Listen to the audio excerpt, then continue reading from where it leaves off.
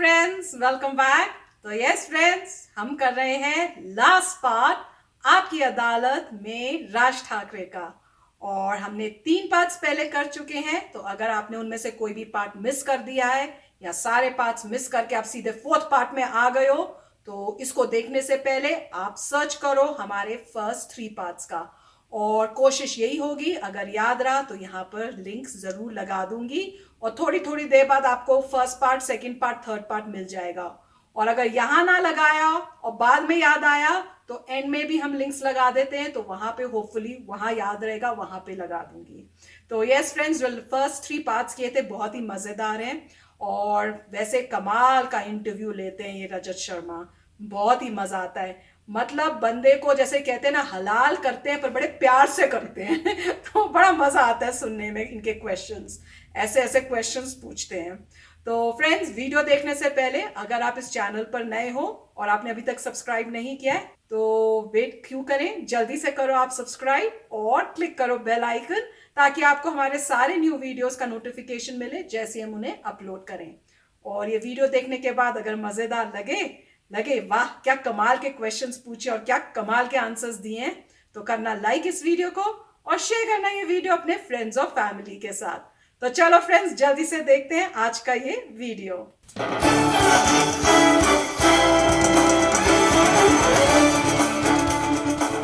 Welcome back. आपकी अदालत के इलेक्शन स्पेशल में आपका स्वागत है। हम मुंबई शहर में हैं और हमारे साथ मुंबई के चहेते राज ठाकरे हैं। आपकी अदालत में राज ठाकरे पर अगला इल्जाम पे इल्जाम। आपकी अदालत में महाराष्ट्र नवनिर्माण सेना के प्रमुख राज ठाकरे पर आरोप है कि ये परिवार के प्यार को भुला बैठे हैं। राज, मैं आप पर इल्जाम लगाऊं, सफाई मांगू, उससे पहले एक बात कहना चाहता हूं। आज के 19 साल पहले इसी शहर में, मुंबई में, हमने आपकी अदालत किया था जिसमें बाला साहब ठाकरे थे। हमने देखा और है। जिस दिन वो शो टेलीकास्ट हुआ था, सड़कों पर ट्रैफिक नहीं था, लोग नहीं थे, इतना उनको देखा था। मैं पाकिस्तान गया तो वहां भी लोगों ने बताया कि उन्होंने बाला साहब ठाकरे का शो देखा था। और जिस बेबाकी से उन्होंने जवाब दिए थे, उसी बेबाकी से आज आप जवाब दे रहे हैं। मुझे बड़ी खुशी है।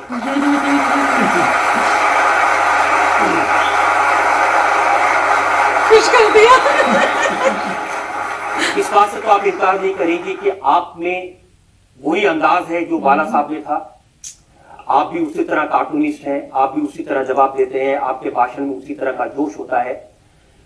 आप उस परिवार का एक अंतरंग हिस्सा रहे, फिर आज तक लोग नहीं समझ पाए कि क्यों छोड़ दिया आपने। पार्टी मुझे छोड़ फ्लैशबैक में घिसट रहे हो। जब मैं फ्लैशबैक में चला गया तो आप भी थोड़ा चले जाइए। अगर सच पूछे तो मेरी आज बीवी यहाँ पे है नहीं, लेकिन उसको मालूम है। सच पूछे तो मैं ये राजनीति से मैं दूर जाने वाला था, मुझे ये चाहिए नहीं था।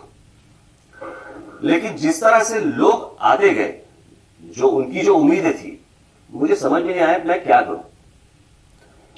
फिर मैंने सोचा कि मैं एक महाराष्ट्र की टूर ले लूं, हर डिस्ट्रिक्ट में जाऊं, पूछताछ करूं, बात करूं। और जिस तरह से मुझे रिस्पांस मिलने लगा, उसके बाद मैंने सोचा कि पार्टी शुरू करनी चाहिए।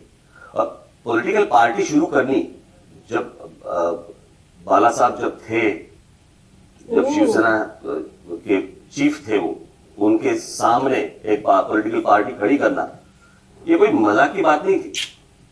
तो ये कोई बहुत मुझे मजा आया पार्टी निकालने के लिए, मुझे बहुत मजा आया एक परिवार को छोड़ने के लिए। हमारा अगर परिवार देखें तो आपको पता चले कि बाला साहब और मेरे पिताजी सगे भाई, और मीना ताई जिनको हम लोग माँ बोलते हैं, माँ और मेरी माँ, ये दोनों सगी बहनें। मेरे लिए वो चाची भी थी और मेरे लिए मौसी भी थी। ये रिसर्च करते हुए पढ़ा मैंने, और बहुत सारी छोटी छोटी कहानियां मुझे पढ़ने को मिली। लोगों ने बताई आपके बारे में जब पूछ रहा था। मैं इतना सा था जब सब छोटा था। अभी एक चीज वो बताते हैं कि जब बाला साहब जेल में थे तब मुझे वो वहां पे लेके गए थे, येरोड़ा जेल में वगैरह वगैरह, मुझे नहीं मालूम। लेकिन जब मैं छोटा था तब से बाला साहब मुझे हर जगह पे, हर रैली में, हर जगह पे लेके जाते थे। अभी उस छोटी उम्र में जो भी मेरे ऊपर जो संस्कार होते गए, सो मुझे लगता है कि आज आपको चोट लगी तो उन्होंने सहलाया, आपको उंगली पकड़ के चलना सिखाया, चाहे पॉलिटिकल पार्टी बनाने के लिए। ये रिश्ता तोड़ना कोई नहीं, मैंने तो रिश्ता नहीं तोड़ा। अगर आपको याद होगा तो मैं जब मैंने पॉलिटिकल पार्टी शुरू की, वो शुरू करने के बाद भी हमारी फोन पे बात होती ही रहती थी। दो तीन बार मैं, लेकिन आपने उनको दुख तो दिया ना। तो मुझे क्या सुख मिला? गुस्सा है। दोनों जगह पे दुखी था, क्या करूं मैं? तो क्यों किया ऐसा काम? क्या दोनों तरफ दुख हो? अरे क्या हालत वैसी थी, तो क्या करूं मैं? क्या थी हालत? अगर ऐसी स्थिति आ जाए, क्या? मैं चाहता हूं किसी के भी दुश्मन के नसीब में ना हो कि ऐसी स्थिति आ जाए। कैसी? मैंने तो 2011 तक की बातें सुनी, जब बीमार थे बाला साहब, आप उन्हें मिलने जाते थे, वो आपको देखते रहते थे और वो जरूर चाहते थे कि दोनों भाई इकट्ठे हो जाए। तो उनकी भावनाओं का कुछ तो आप सम्मान करते हैं। उनकी भावनाओं का सम्मान तो मैं हर वक्त करते आया हूं, करूंगा, उसमें कोई डाउट नहीं। लेकिन जो परिस्थिति जो है वो वैसे नहीं है। आपको नहीं लगता कि जो आपकी पार्टी के कार्यकर्ता होंगे, जो शिवसेना के कार्यकर्ता होंगे, वो चाहेंगे कि दोनों भाई इकट्ठे हो जाएं? नहीं, देखिए ये कौन नहीं चाहेगा? आप नहीं चाहते लगता है?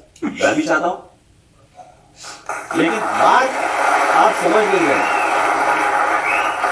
आप बात समझ नहीं रहे हैं कि एक पारिवारिक संबंध एक बात होती है और एक राजनीति एक अलग बात होती है।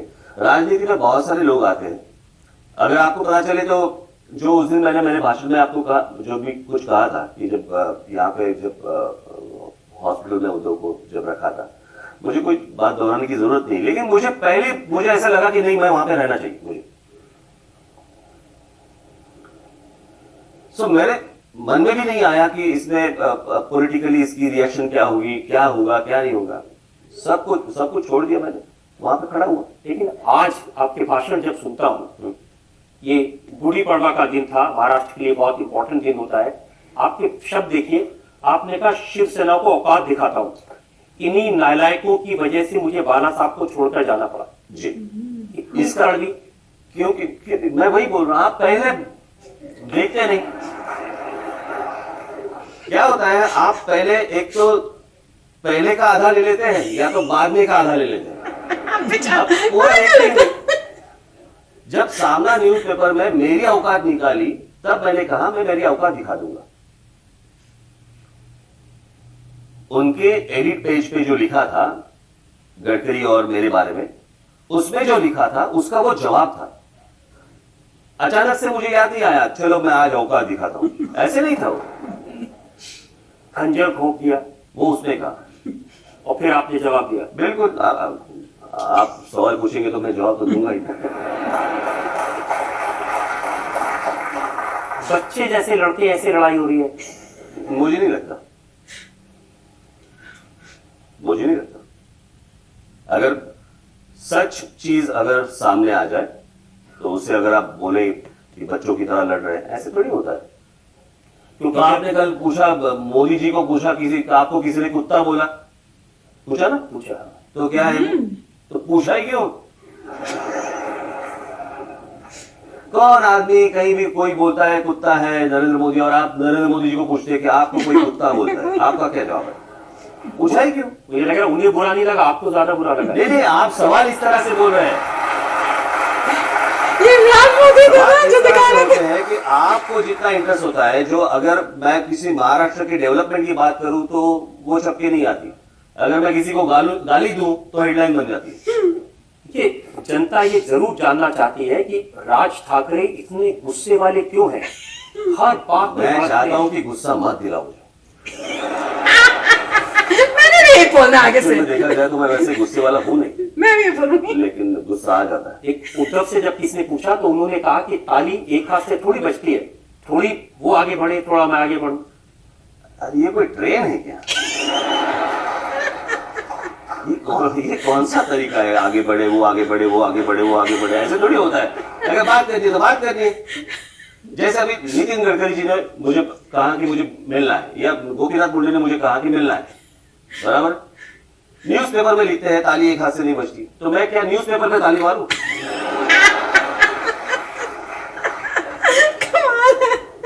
क्या करें? फोन उठाया बात कर ले, अगर होता तो होता, नहीं होता तो नहीं होता। लेकिन राजनीति के हिसाब से देखें तो महाराष्ट्र नवनिर्माण सेना और शिवसेना जब अलग अलग लड़ते हैं तो इसका नुकसान तो होगा इलेक्शन में। क्यों होता है? जब उनके लोग चुन के आते हैं तब नुकसान नहीं होता, जब हारते हैं तब नुकसान होता है। ये कौन सा तरीका है देखने का? जब उनके एमपी चुन के आते हैं तो वहां पे नुकसान नहीं होता, जैसे कि मेरी पार्टी नहीं वहां पे। और जहां पे वो हारते हैं तो बोलते हैं कि इनकी तरफ वो जैसा हुआ ना पिछले लोकसभा चुनाव में मुंबई में, इसीलिए सारी सीटें हारे क्योंकि वहां। अरे तो वो इलेक्शन ना लड़े फिर।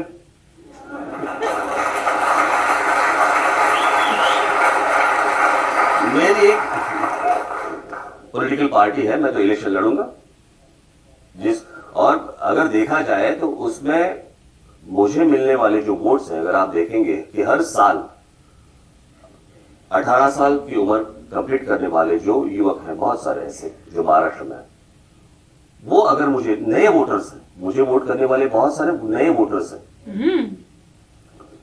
अगर ऐसे होता तो एक, जैसे कि लास्ट टाइम एक जगह पे शिवसेना का उम्मीदवार चुन के आया था, वहां पे मेरा भी था, वहां पे मुझे कुछ 1,10,000 कुछ ऐसे वोट थे, वहां पे शिवसेना का भी चुन के आया था, तो उसका क्या करें? बीच में कांग्रेस वालों ने या न्यूज़पेपर में ही पढ़ा था कि राज ठाकरे अभी कांग्रेस एनसीपी की वोट तोड़ रहा है। वहां पे बुरा नहीं लगता, यहां पे बुरा लगता है, क्योंकि यहाँ दर्द ज्यादा होता है। तो वो दर्द का वो इलाज करे, मैं क्यों करूं?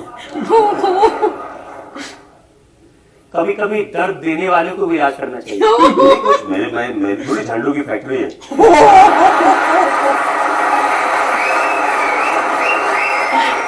लेकिन आपकी बात से एक बात मुझे जरूर समझ आई है कि किसी को कोशिश करने की जरूरत नहीं है, फोन उठाओ और बात कर लो जिसको बात करना है। जब बाला साहब जब थे तब हम लोग बात कर रहे थे ना। हाँ, मैंने पढ़ा कि आप हॉस्पिटल गए थे उनको लेने। नहीं हुआ, जब मैं मातोश्री पे जाता था, जब बाला साहब जब बीमार थे तो मैं और उद्धव बात करते थे ना। उसके बाद नहीं, उसके बाद न्यूज़पेपर में बात करने की क्या जरूरत थी कि मैंने ताली के लिए हाथ आगे रखा है? अरे फोन उठाओ, बात कर लो। वो एक दिखावा था कि मैं साथ में आने के लिए तैयार हूं या जो भी कुछ है, वो एक बस दिखावा था, आगे कुछ नहीं था। आप नितिन गडकरी जी को पूछ लीजिए, या तो आफ्टर इलेक्शन, या तो गोपीनाथ मुंडे जी को पूछ लीजिए, वो तो दोनों मुसीबत में फंसे आपसे बात करके। अब मैं क्या करूं? मुसीबत में फंसे। मैं क्या कर सकता हूं? राज ठाकरे साहब से सवाल करना चाहता हूं कि राज ठाकरे साहब, आपका बचपना आपके चाचा ने पाला पोसा बड़ा किया, आपको एजुकेशन दिया और इस हैसियत तक लाकर आपको रखा। ये एक चाचा का धर्म निभाया। क्या आप अपने भतीजे को यही मार्ग पे लाकर एक चाचा का एहसान वापस नहीं लौटा सकते?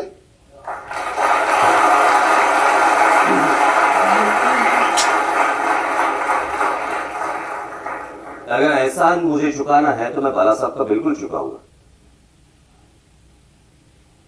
बात ऐसी है कि मेरी परवरिश में बाला साहब भी थे, मेरे पिताजी भी थे, मेरी मां भी थी और सारे लोग थे परिवार के। लेकिन ये एक तरफ से नहीं होता ना। मुझे ऐसी कोई बात नहीं है कि मैं कोई पॉलिटिकल पार्टी बना के, मैं कोई नेता बना के किसी को दिखाना है, मुझे किसी को नहीं दिखाना था मुझे। लेकिन होता ऐसे है जो आप समझ नहीं सकते। अगर मैं कुछ बोलूं तो आप बोलेंगे कि आप अंदर की बातें क्यों निकाल रहे हो। जो चीजें आपको नहीं मालूम है मैं आपको नहीं समझा सकता। और मुझे लगता है कि मुझे जो भी कुछ करना था, जो भी मैं कुछ कर रहा हूं, जो मैं महाराष्ट्र में जो करना चाहता हूं, तो जो भी कुछ मेरे से अच्छा होगा मैं उन्हीं को समर्पित कर दूंगा।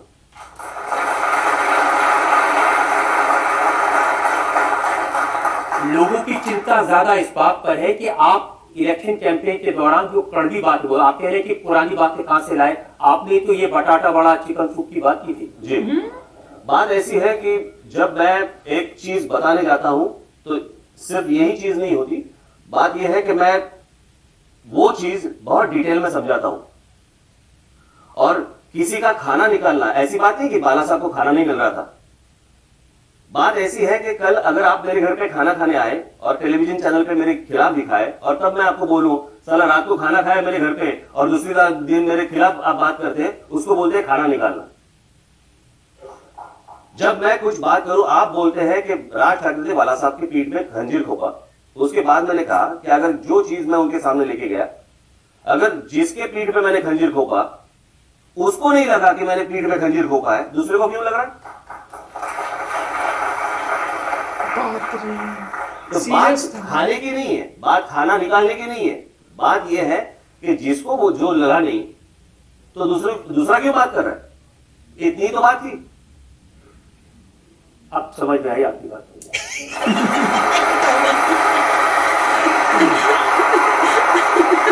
मेरे को सिर्फ आपसे एक ही क्वेश्चन पूछना है आज के स्पीच के बाद कि I am really inspired by you, as in इतना ब्लंट और स्ट्रेट फॉरवर्ड एटीट्यूड एग्जैक्टली बचपन से ही है कि पॉलिटिक्स में आने के वाला है।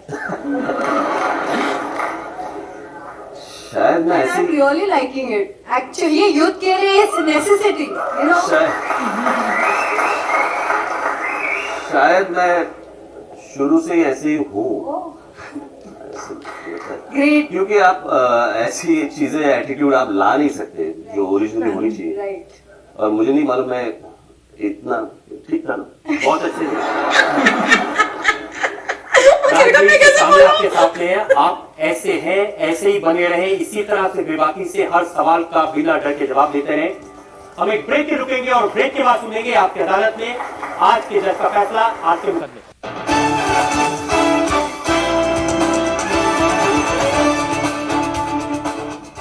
हमने राज ठाकरे से हर तरह के सवाल पूछे, उनके बयानों के बारे में। हमने राज ठाकरे से पूछा उनके निशाने पर कौन है उनके बारे में, परिवार के बारे में, और राजनीति के एक एक सवाल पर राज ठाकरे ने बड़ी बेबाकी से, बड़ी सफाई से जवाब दिए। अब वक्त है आपकी अदालत में आज के जज दिव्य मराठी के संपादक अभिलाष खांडेकर के फैसले का। फैसला भी मनसे के होता है। प्रमुख राज ठाकरे पर लगे विभिन्न आरोपों पर उन्होंने जो स्पष्टीकरण दिए हैं वे कुछ कन्विंसिंग है और कुछ कन्विंसिंग नहीं है। आज मुख्यमंत्री तो बनने की इच्छा रखते हैं, परंतु किसानों को यह कहकर भड़काने से बाज नहीं आते कि मरना है तो किसी को मार के ही मरो, या फिर उप मुख्यमंत्री के हाथ पैर तोड़ने की भाषा भी करते हैं, जो उन्हें नहीं करना चाहिए क्योंकि यह गैर कानूनी है और असंवैधानिक भाषा और व्यवहार भी है। वे नफरत की राजनीति तो करते हैं, किंतु महाराष्ट्र को वे बेहद प्यार करते हैं। मराठी मानुस के लिए वो लड़ते मरते हैं। उत्तर प्रदेश और बिहार के विकास की भी बातें वो करते हैं, जिससे उनमें यह पता चलता है कि उनमें राष्ट्र प्रेम है। लेकिन शिवसेना मनसे की यदि बात करें तो जैसा कि जनता चाहती है, वो यदि एकत्र हों तो महाराष्ट्र का ज़्यादा भला होगा। महाराष्ट्र को जात पात की राजनीति से निकालने की भाषा यदि राज करें तो ज़्यादा पॉपुलर होंगे। राज को बहुत ही सीरियस लीडर की तरह देखा जाता है। आज के फैसले में मैं यह कहना चाहूँगा कि वे कभी कभी हंसने का भी प्रयास करें। कल तो नहीं बेचारे। आप कुछ कहना चाहते हैं फैसले के बारे में? आपकी अदालत में आज हमने मुकदमा चलाया राज ठाकरे पर, और राज ठाकरे सिर्फ मुंबई के नहीं, सिर्फ महाराष्ट्र के नहीं, पूरे देश के नेता हैं। पूरे देश में इनको लेकर के उत्सुकता है, लोग जानना चाहते हैं इनके बारे में। आपने जज का फैसला सुना आपकी अदालत में, लेकिन असली फैसला आपको यानी देश की जनता को करना है। लोकसभा के चुनाव होने वाले हैं, ताकत आपके हाथ में है और आपका फैसला, जनता जनार्दन का फैसला सबसे ऊपर होगा। काफ़ी अच्छा वीडियो था और इसमें मेरे ख्याल से मैक्सिमम फोकस था फैमिली पे, कि जिन बातों का हमें पता नहीं था कि उनकी फैमिली स्ट्रक्चर क्या है। उनके फादर और बाला साहब ठाकरे ब्रदर्स थे, उनकी मदर और बाला साहब ठाकरे की वाइफ सिस्टर्स थी, ये हमें नहीं पता था। कमाल है वैसे। हाँ, और इसीलिए हो सकता है उनकी रिजेम्बलेंस भी उनसे है। हाँ। और दूसरी बात ये भी थी कि ऑब्वियस था कि काफ़ी टेंशन हुई होगी अगर एक फैमिली मेम्बर ने अपनी कोई पॉलिटिकल पार्टी शुरू की हो जो शिवसेना से compete कर रही हो, तो कुछ टेंशन तो होगी। तो इसमें उन्होंने काफ़ी कुछ बैकग्राउंड देने की कोशिश की है कि वो क्या टेंशन्स थी, और डेफिनेटली हर एक फैमिली में इस टाइप की टेंशन्स हो सकती हैं जिस हिसाब से उनका मतलब पूरा पॉलिटिकल स्ट्रक्चर था कि बाला साहब ठाकरे ने जो कह रहे थे, उनके चाचा थे, उन्होंने उनको हाथ पकड़ के सिखाया, उनके फादर ने भी उनको सिखाया, तो सब लोगों ने किया। उसके बाद फिर फैमिली से छूट के अपनी अलग से, मगर उन्होंने सही कहा कि पॉसिबिलिटी नहीं थी, और उन्होंने ये कहा था देखिए कि जो मैं हर बात नहीं बता सकता, जो भी डिसीजन किया है, जो भी कि हर बात मैं आपको नहीं बता सकता, मगर ये ज़रूरी था। तो उन्होंने अपनी तरीके से बोला कि मुझे दुख है इस बातों का, मगर मेरे पास कोई और तरीका नहीं था और उसके लिए मैंने जो करना था करा। तो वो ठीक है, अगर जो भी उनको लगा कि मैं अपनी पार्टी करूँगा, अपने लिए अपने वजह से जो कर सकता हूँ करूँगा, और उन्होंने ये भी कहा था कि मैं कोई प्रूफ करने की कोशिश नहीं कर रहा, मगर मुझे महाराष्ट्र का भला चाहिए, मुझे देश का भला चाहिए, उसके लिए मुझे जो करना है वो करना है। अगर पॉलिटिकल पार्टी खड़ी हुई है तो मैं किसी और के साथ कोई प्रॉब्लम नहीं कर रहा, मैं तभी जीत रहा हूँ अपने बल पे। तो काफ़ी अच्छी बात थी, और उन्होंने ये भी दिखाने की कोशिश की कि बोल्ड हूँ मैं, और मेरे ख्याल से जब भी कोई न्यू या जब भी कोई यंगस्टर पॉलिटिक्स में आता है कंपेयर टू अदर्स, कि मतलब ये रिलेटिवली यंग है कंपेयर टू मोदी जी, तो कुछ टाइम जो है एक्सपीरियंस के साथ भी इंसान चेंज होता है और उसका बोलने का तरीका थोड़ा डिफरेंट होता है, विचार थोड़े डिफरेंट होते हैं। तो हर जो लीडर है इवेंचुअली धीरे धीरे उनका स्टाइल चेंज होता है। तो अभी जो है उन्होंने अच्छा था कि वो लास्ट में हंसते हंसते उन्होंने बंद किया, उन्होंने कहा ठीक है, कुछ पॉलिटिक्स के लिए जो करना था किया है, और उन्होंने अपने विचार दिए हैं। उनको दुख है अपनी फैमिली के बारे में कि जो भी हुआ, मगर किसी भी बात से उन्होंने हेजिटेट नहीं की थी, साफ साफ बात की थी जो उनके मन में था। तो काफ़ी अच्छा लगा। और जैसे रजत शर्मा जी भी इसी बात को कह रहे थे कि देखिए ये सिर्फ महाराष्ट्र के लीडर नहीं है, आगे जाके पूरे देश के लीडर बन सकते। तो अच्छी बात है, हर एक जो इंसान जो अच्छा अपने लेवल पे अच्छा कर रहा है, क्यों नहीं, वो इंसान जो है अल्टीमेटली अच्छा कर रहा है तो वो अब जो है स्टेट पॉलिटिक्स से बाहर निकल के नेशनल पॉलिटिक्स में जा सकता है और पूरे देश की हेल्प कर सकता है। तो काफ़ी अच्छा वीडियो था। यस फ्रेंड्स, और मुझे इसमें सबसे कमाल का लगा जब बेचारे रजत शर्मा को वो उसमें स्टैंड पे खड़ा खुद ही कर दिया। कोई क्या क्वेश्चन पूछा था, मुझे वर्डिंग्स एग्जैक्टली याद नहीं है कि मैंने क्या ठीक बोला है या कुछ इस टाइप से था। तो उससे बोला कि क्या मैंने ठीक नहीं बोला, क्या मैंने कुछ गलत बोला, या कुछ इस टाइप का क्वेश्चन था। तो बेचारे रजत वहां पे खड़े हैं, सब ने भैया अब मैं क्या बोलूं, मैं तो बुरा फंसा, मैं ना तो बोल ही नहीं सकता। तो कहते नहीं आपने तो बहुत अच्छा बोला, चाहे अंदर से कह रहे हो बाप रे क्या कहाँ फंस गया मैं। तो अब काफी मजेदार था। और जो जज बोल रहे थे आपको स्माइल थोड़ा करना चाहिए, तो वो एक्चुअली में स्माइल कर ही रहे थे, उस टाइम ही कर रहे थे। जब आपने देखा होगा हाथ ऐसे था पर स्माइल पहले ही थी। तो ऐसे हंसी मजाक था पर मजेदार था। मुझे तो बहुत ही मजा आता है जिस तरह से ये रजत शर्मा जो है क्वेश्चंस पूछते हैं, और जब फंसते हैं तो वो जो स्माइल देते हैं ना, जैसे इनोसेंट स्माइल बच्चा देता है कि भैया मैंने शरारत तो कर दी है, क्वेश्चन पूछ के शरारत हो गई है, अब बचने का एक ही तरीका है कि बच्चे जैसी एक स्माइल दे देता हूँ कि भैया मुझे छोड़ दो। तो बड़ा मजा आया देखने में। तो आशा करते हैं फ्रेंड्स आपको भी मजा आया होगा ये वीडियो देखने में। तो फाइनली हमने सारे पार्ट्स देख लिए हैं राज ठाकरे जी के, और मुझे यस पता है और भी बहुत सारे आए हैं, धीरे धीरे हम उनको भी देखेंगे, क्योंकि मुझे ये सारे देखने में बड़ा मजा आता है। पता चलता है कि कैसे आंसर करना चाहिए क्वेश्चंस को, कितने टैक्टफुली लोग आंसर करते हैं। तो खाली इसको पॉलिटिकल वे से ना देख के मजा भी ला लेना चाहिए कि कैसे बातचीत होती है पॉलिटिक्स में, किस तरह से क्वेश्चंस पूछते हैं तो पॉलिटिशियंस किस तरह से आंसर देते हैं, जैसे कहते हैं ना हाजिर जवाबी होती है। तो काफी अच्छा लगा। तो चलो फ्रेंड्स चलते हैं, मिलेंगे नेक्स्ट वीडियो में जल्दी। Till then take care and bye bye. तो अगर आप मेरे इस चैनल पे नए हो तो जल्दी से सब्सक्राइब के बटन को हिट करो और बेल आइकन को क्लिक करो, ताकि आपको मेरा जब नया वीडियो मैं लगाऊं आपको उसके बारे में जल्दी से पता चल जाए।